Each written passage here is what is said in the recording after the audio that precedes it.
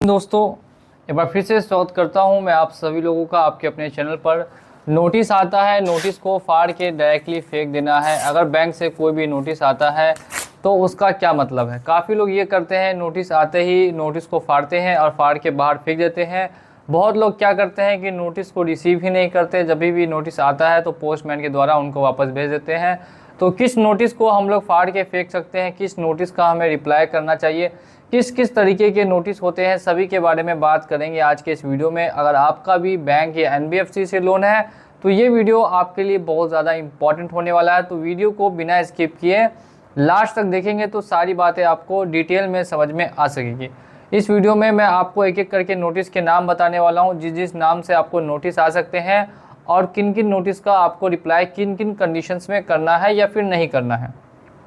तो वीडियो को करेंगे स्टार्ट। तो वीडियो को स्टार्ट करने से पहले अगर आप लोग हमारे चैनल पे नए हैं और अगर अभी तक चैनल को सब्सक्राइब नहीं किया है तो चैनल को सब्सक्राइब कर दीजिए। सबसे पहले मैं यहाँ पे लिख देता हूँ दोस्तों नोटिस, ठीक है। नोटिस वो भी कब? लोन को डिफ़ॉल्ट होने पे। सबसे जो कॉमन नोटिस है जो हर बैंक या हर एनबीएफसी भेजती है वो कौन सा नोटिस है? देखिए, जो सबसे कॉमन नोटिस होता है जो हर बैंक भेजती है या हर एनबीएफसी भेजती है, इसे हम बोलते हैं दोस्तों डिमांड नोटिस।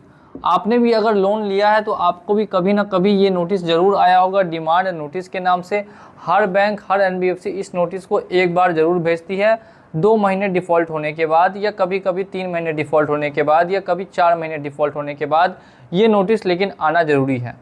अब ये डिमांड नोटिस का किन किन कंडीशंस में हमें रिप्लाई करना चाहिए और किन किन कंडीशंस में रिप्लाई नहीं करना। देखिए, डिमांड नोटिस का मेनली मतलब होता है कि जो आपका अमाउंट है वो आपसे मांगते हैं, पूरा आउटस्टैंडिंग अमाउंट बोलते हैं, एक साथ आपको पेमेंट करना है। उसमें कुछ अमाउंट मेंशन किए होता है और टाइम मिलता है आपको 7 दिन का, 7 डेज़ में बोलते हैं कि यहाँ पे आपको पेमेंट को करना होगा, अदरवाइज़ हम लोग आगे कार्रवाई करेंगे।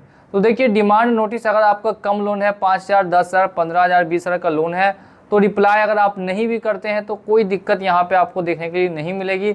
लेकिन अगर आपका बड़ा लोन है, 2 लाख, 4 लाख, 10 लाख का लोन है, तो फिर आप चाहें तो इसे रिप्लाई कर सकते हैं एक फॉर्मेट बना के कि आपके पास अभी प्रॉब्लम चल रही है, किन किन कंडीशंस लिख दीजिए कि क्या क्या सिचुएशन अभी आपके साथ है और कितना कितना समय आप एक्सपेक्ट कर रहे हैं कि आपको लग सकता है पेमेंट करने में। और भी कुछ कुछ पॉइंट्स लिख के आप डिमांड नोटिस का यहाँ पर रिप्लाई कर सकते हैं, अदरवाइज़ हमें ऊपर में व्हाट्सएप पे भी नोटिस भेज सकते हैं। ये हमने बात कर ली दोस्तों डिमांड नोटिस की। क्या इसका हम सीरियसली ले सकते हैं? तो देखिए, इसको सीरियसली लेना ज़रूरी नहीं है, मैं ऑलरेडी आपको बता चुका हूँ, ठीक है।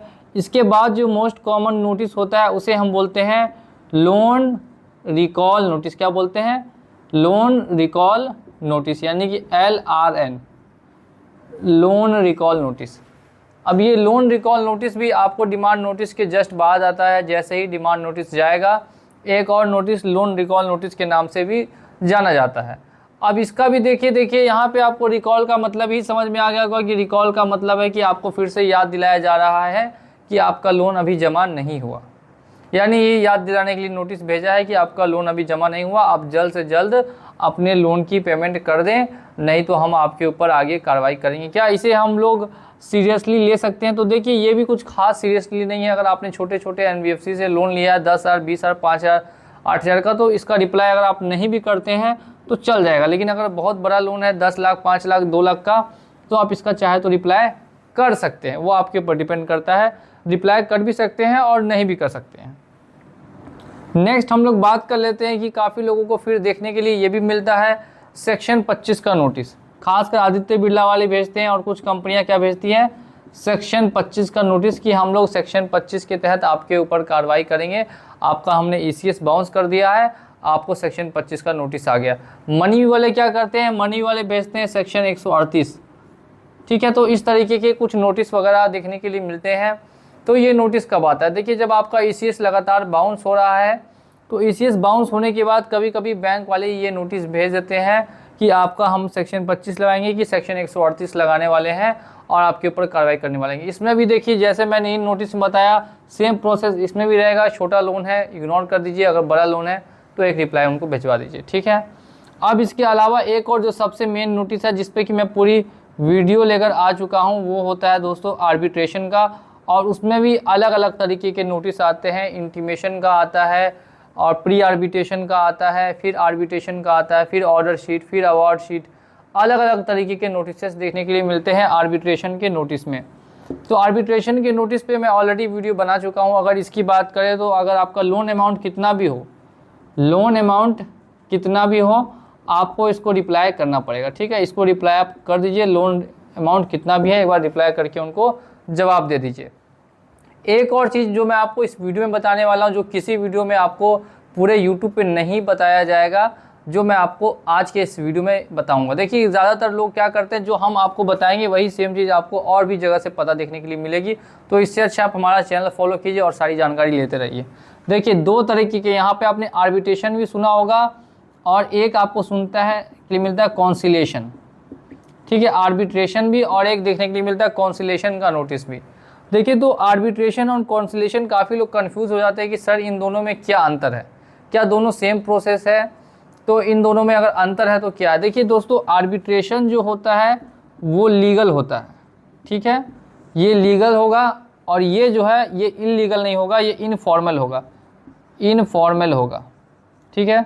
इसमें लीगल डॉक्यूमेंट्स भी अटैच होते हैं आर्बिट्रेशन में, लेकिन कॉन्सिलेशन में इनफॉर्मल कोई भी करा सकता है। कॉन्सिलेशन कोई भी करा सकता है लेकिन आर्बिट्रेशन हर कोई नहीं करा सकता। आर्बिट्रेशन में आर्बिट्रेटर होना ज़रूरी है और कॉन्सिलेशन में कोई भी छोटी मोटी कंपनी आ जाती है, वो बोलती है कि हम आपका कॉन्सिलेशन कराएंगे, हम आप दोनों के बीच का मामला सुलझाएंगे। बस इतना ध्यान रखिए कि ये लीगल है, ये इनफॉर्मल है, यानी कि ये फॉर्मल है और ये इनफॉर्मल है।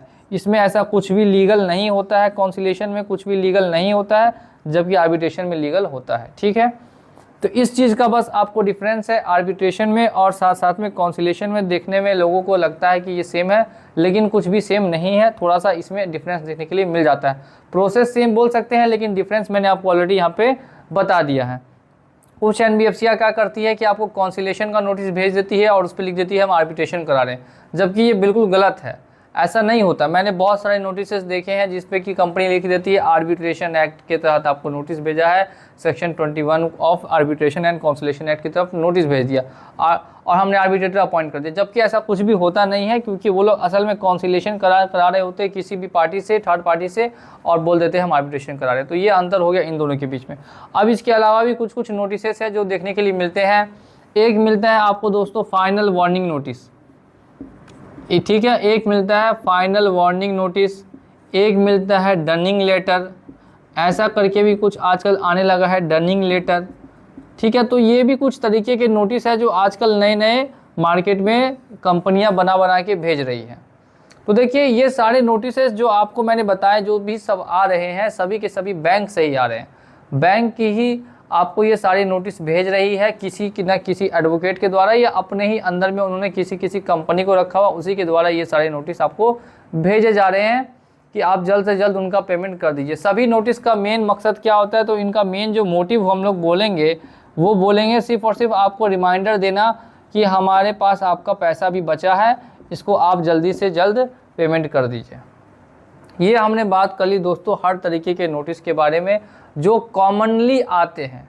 अगर कोई ऐसा नोटिस है जिसके बारे में आपको कन्फ्यूज़न है तो आप हमें कमेंट सेक्शन में आके पूछ सकते हैं, मैं जल्द से जल्द उस पर वीडियो लाने की कोशिश करूंगा और उम्मीद करता हूं कि आपको ये वीडियो समझ में आया होगा। अगर इन दोनों की बात करें तो इन दोनों पे आपको कुछ खास फ़र्क पड़ेगा नहीं, तो इनका आप रिप्लाई दे तो भी ठीक है। ऐसे तो ये कम नोटिस आते हैं, final warning notice, dunning letter, ये सब बहुत कम देखने के लिए मिलता है, तो इसका आप रिप्लाई नहीं भी करते हैं तो कुछ खास आपको फ़र्क पड़ने वाला नहीं है।